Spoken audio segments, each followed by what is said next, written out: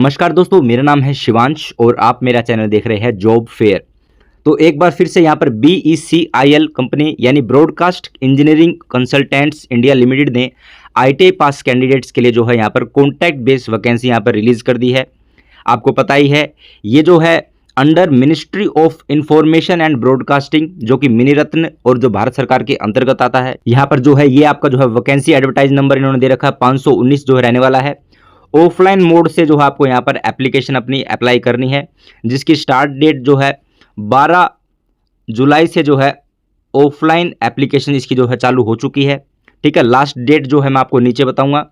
यहाँ पर ये कह रहे हैं कि application are invited in offline mode. ठीक है, recruitment of following man power purely on contact basis for कहाँ के लिए, deployment in office of IIM Jammu के लिए जो है ये वैकेंसी इन्होंने रिलीज की है कॉन्टैक्ट बेस्ड। ठीक है, तो पहली पोस्ट की यहाँ पर बात कर लेते हैं। तो आपकी पहली पोस्ट रहेगी इलेक्ट्रीशियन सब स्टेशन ऑपरेटर की आपकी पहली पोस्ट रहेगी, जिसमें जो वैकेंसी जो है नंबर ऑफ पोस्ट इन्होंने 3 रिलीज की है। कैटेगरी आपकी यहाँ पर स्किल्ड रहनी चाहिए, यानी कि आपके पास यहाँ पर एक्सपीरियंस होना चाहिए।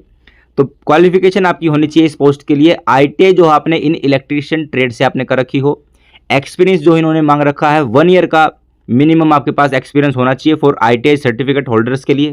ठीक है, 1 साल का जो आपके पास एक्सपीरियंस होना चाहिए इलेक्ट्रीशियन ट्रेड से, और जो ये पोस्ट है इलेक्ट्रीशियन सब स्टेशन ऑपरेटर के, तो इस रेलिवेंट फील्ड में जो आपके पास 1 साल का एक्सपीरियंस होना चाहिए।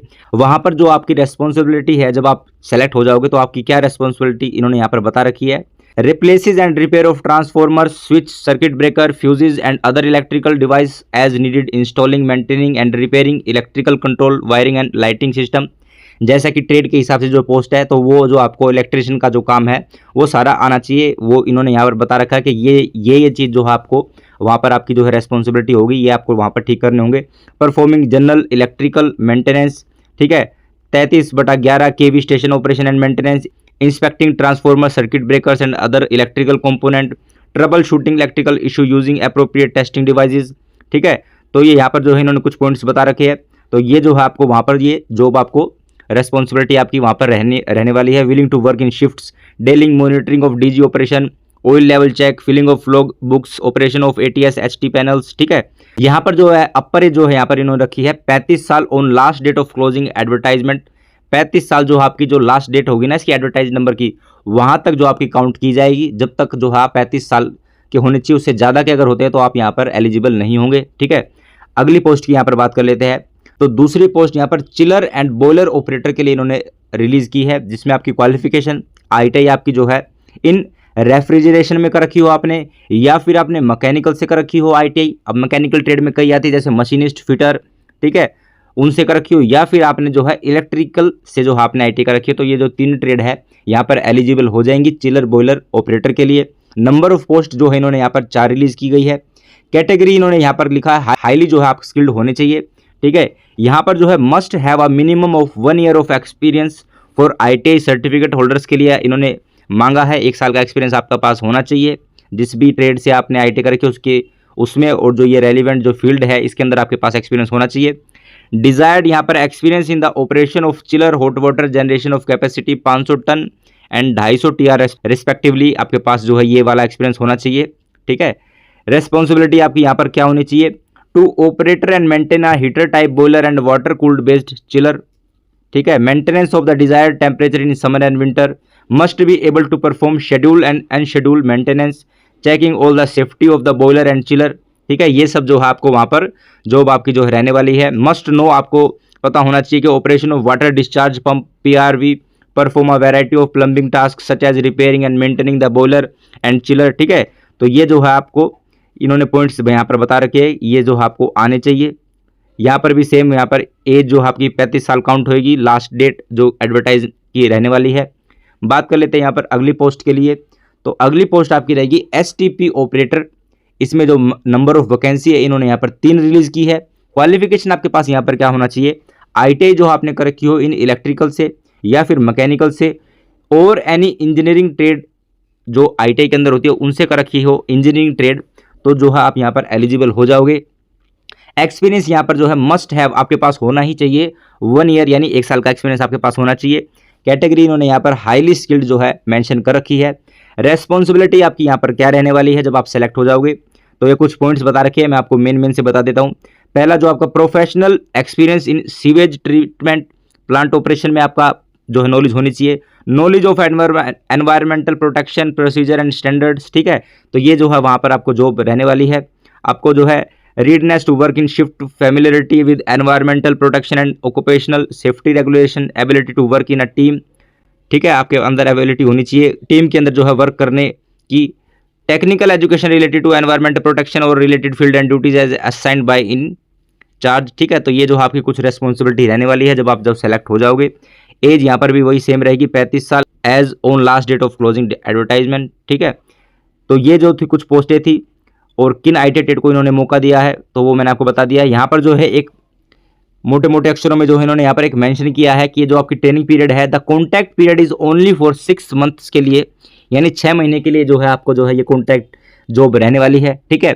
ये जो है यहाँ पर बढ़ा भी सकते हैं इसको साल 2 साल, जब भी इनकी रिक्वायरमेंट अगर पूरी नहीं होती है, ठीक है, वो इनके ऊपर वो डिपेंड करता है।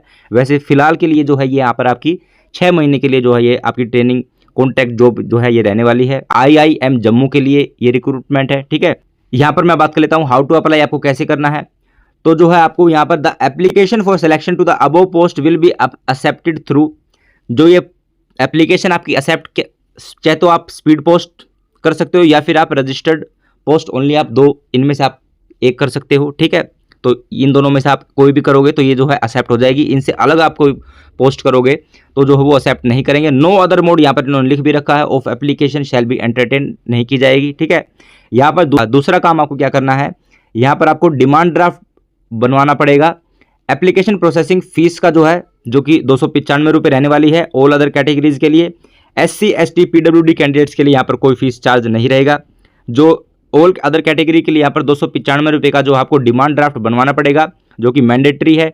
Will be accepted in favour of, किस नाम से जो आपको डिमांड ड्राफ्ट बनवाना है, जो फीस होगी, तो यहाँ पर इन्होंने मेंशन कर रखा कि broadcast engineering consultant India limited Noida की, ठीक है। ये जो है एड्रेस रहने वाला है, इसके नाम से जो आपको फीस का जो है डिमांड ड्राफ्ट बनवाना होगा 295 रुपये का। और जो है अपने एप्लीकेशन और जो डॉक्यूमेंट्स जो उसके साथ लगेंगे जो कि मैं आपको अभी नीचे बताऊंगा, और डिमांड ड्राफ्ट एनवेलप के अंदर डालकर आपको जो है वहाँ भेज देना है, ठीक है। लास्ट डेट मैं आपको अभी नीचे बताऊंगा कब किस डेट तक जो आपको वो भेजना होगा ऑफलाइन। यहाँ पर अब मैं बता देता हूँ आपके जो एनवेलप के ऊपर आपको जो है क्या लिखना होगा, the interested applicant must submit an application along with copies of education qualification की आपको देनी है एप्लीकेशन फॉर्म के साथ। एप्लीकेशन फॉर्म जो है मैं आपको भी सबसे नीचे बताऊंगा, वहां से आपको डाउनलोड कर लेना है, कैसे वो फिल करना है वो भी सब मैं आपको बता दूंगा, ठीक है। तो एंड एक्सपीरियंस सर्टिफिकेट, आपके क्वालिफिकेशन सर्टिफिकेट और आपके जो है एक्सपीरियंस सर्टिफिकेट आपको दोनों अपनी एप्लीकेशन फॉर्म के साथ अटैच करके और डिमांड ड्राफ्ट के साथ आपको भेज देने हैं in a sealed envelope in the prescribe format, जो भी इन्होंने दे रखा है। अटैच्ड स्पीड पोस्ट या फिर रजिस्टर्ड पोस्ट जो आपको करनी होगी। एड्रेस कहाँ करनी है, तो एड्रेस इन्होंने दिया है कि broadcast engineering to the, envelope के ऊपर लिखना है टू द, नीचे broadcast engineering consultant India limited BECIL Bhawan C56A17 sector 62 Noida 201-307 UP। इस एड्रेस पर जो है आपको वो सेंड कर देना है और एनवेलप के ऊपर ये भी लिखना है। इसके अलावा जो है आपको जो है एनवेलप के ऊपर एक और चीज़ लिखनी है, वो सबसे ऊपर लिखना, the envelope carrying the duly filled in application form should be superscribed, आपको लिखना है। एडवर्टाइज नंबर जो मैंने आपको ऊपर बताया था, ये पूरी लाइन लिखनी है। एडवर्टाइज नंबर 519 बताया था। एंड पोस्ट अप्लाइड, किसके लिए आपने पोस्ट अप्लाइड करी है वो यहाँ पर वो पोस्ट लिख देना, ठीक है। ये ऊपर सबसे ऊपर ये लिखना, फिर उसके बाद लिखना टू द करके, फिर ये ब्रॉडकास्ट इंजीनियरिंग जो मैंने आपको एड्रेस बताया था ये लिखना है सारा। The necessary document as listed below, self attested photocopy, आपको जितनी भी डॉक्यूमेंट्स आप भेजोगे एक्सपीरियंस वो आपको सेल्फ अटेस्टेड करनी होगी, ठीक है। कौन कौन सी डॉक्यूमेंट्स आपको भेजने हैं, तो पहला जो आपको एजुकेशन क्वालिफिकेशन और प्रोफेशनल सर्टिफिकेट एज पोस्ट, और जो इन्होंने जिनकी रिक्वायरमेंट है वो भेजने हैं। 10th 12th के भेजने हैं। बर्थ सर्टिफिकेट भेजना है, कास्ट सर्टिफिकेट भेजना है, वर्क एक्सपीरियंस सर्टिफिकेट भेजना है, पैन कार्ड की कॉपी भेजनी है, ये जितनी भी है सबकी कॉपी भेजनी है और उसको सेल्फ अटेस्टेड करके आपको देना होगा। आधार कार्ड की कॉपी देनी है। Copy of EPF ESI card previous, अगर आप एम्प्लॉय है तो ही यहाँ पर आपके जो है एप्लीकेबल होगा वो। नोवा जो है यहाँ पर बैंक पासबुक की कॉपी देनी है आपको, बैंक जिसमें बैंक डिटेल मेंशन होगी, ठीक है। तो ये कुछ जो है डॉक्यूमेंट आपको सेल्फ अटेस्टेड अपनी एप्लीकेशन फॉर्म के साथ जो आपको भेजने हैं और डिमांड ड्राफ्ट के साथ। यहाँ पर जो है लास्ट डेट जो है आपको ऑफलाइन जो 28 जुलाई शाम 6 बजे से पहले पहले जो है आपको अपना ऑफलाइन एप्लीकेशन उस एड्रेस पर भेज देना है जो मैंने आपको एड्रेस बता दिया था। अगर आपको कोई डाउट और क्वेरी है इस जॉब के रिगार्डिंग कुछ भी, तो यहाँ पर जो इन्होंने अपना ईमेल भी प्रोवाइड कर रखा है, यहाँ पर जो है आप अपनी क्वेरी जो है इनको बता सकते हैं और अपना जो सॉल्यूशन है जो है यहाँ से पा सकते हैं। अब मैं यहाँ पर बता देता हूँ आपको एप्लीकेशन फॉर्म जो है आपको यहीं इसी नोटिफिकेशन के सबसे नीचे मिलेगा, तो ये जो है आपको डाउनलोड जो है कर लेना है। ठीक है, एडवर्टाइज नंबर सबसे पहले यहाँ पर लिख देना 519। ये जो 3 जो है फॉर ऑफिस यूज रहेगा। रजिस्ट्रेशन नंबर, डेटेड और फीस ये जो है सिर्फ जो ऑफिशियल लोग हैं ये भरेंगे, BCL वाले, ये आपको नहीं भरना है। ये 3 जो है ये 1 2 3। ठीक है, यहाँ पर फिर नीचे आ जाते हैं, यहाँ पर अपनी एक फ़ोटो चिपका देना। कलर फोटोग्राफ आपका जो है रिसेंट पासपोर्ट फ़ोटो आपके पास होना चाहिए, वो यहाँ पर चिपका देना। ये जो है पहला जो आएगा अपना कैपिटल लेटर्स के अंदर जो है आपको अपना ये फॉर्म भरना होगा। ठीक है, यहाँ पे लिखा है please read the detail and prescribed education professional and as well experience requirement for the various professional before filling in the form, filled form in only capital letters. ठीक है, यहाँ पर इन्होंने मेंशन कर दिया है। पहला आएगा आपका application for the post of, किस पोस्ट के लिए आप अप्लाई कर रहे हो वो यहाँ पर लिख देना। कैंडिडेट अपना नाम लिख देना इन बॉक्सेस के अंदर। ठीक है, मिस्टर पर या मिसेज पर, मिस है तो एक पर क्लिक कर देना, मिस्टर पर क्लिक कर देना लड़के हो तो। यहाँ पर अपना फादर नेम लिख देना। तीसरी जगह यहाँ पर अपना डेट ऑफ बर्थ आपको बतानी होगी, डेट, मंथ और ईयर के साथ। आधार नंबर कंपलसरी है, यहाँ पर आपको मेंशन करना है आधार नंबर। एम्प्लॉय स्टेट इंश्योरेंस अगर आपके पास है तो दे देना, अगर नहीं है तो इफ एनी नहीं है तो कोई बात नहीं। Pan number, pan card number ये भी आपका जो है कंपलसरी इन्होंने लिख रखा है, यहाँ पर पैन कार्ड कंपलसरी नंबर जो है यहाँ पर लिख देना अपना नंबर।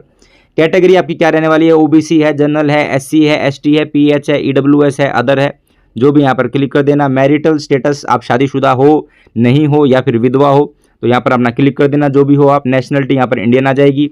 रिलीजन आपका जो भी है यहाँ पर लिख देना। ठीक है, परमानेंट एड्रेस जो आपका यहाँ पर लिख देना है, सिटी आपकी कौन सी है वो लिख देना, यहाँ पर स्टेट कौन सी है यहाँ पर वो लिख देना, पिन कोड यहाँ पर लिख देना। ठीक है, ये एड्रेस तो आपका स्थायी है, अगर और कहीं रह रहे हो तो उसका अलग से दूसरा, अगर आप कहीं और रहने लगे हो जॉब के रिगार्डिंग, यहाँ पर जो है अगर आपका एड्रेस बदल गया है तो यहाँ पर वो भर देना, अगर नहीं बदला है तो यहाँ पर वो सेम टू सेम जो ऊपर आपने यहाँ पर एड्रेस डाला है वो यहाँ पर डाल देना। ठीक है, तीसरा यहाँ फिर आता है यहाँ पर ईमेल ID कैपिटल लेटर्स के अंदर आपको यहाँ पर लिख देनी है।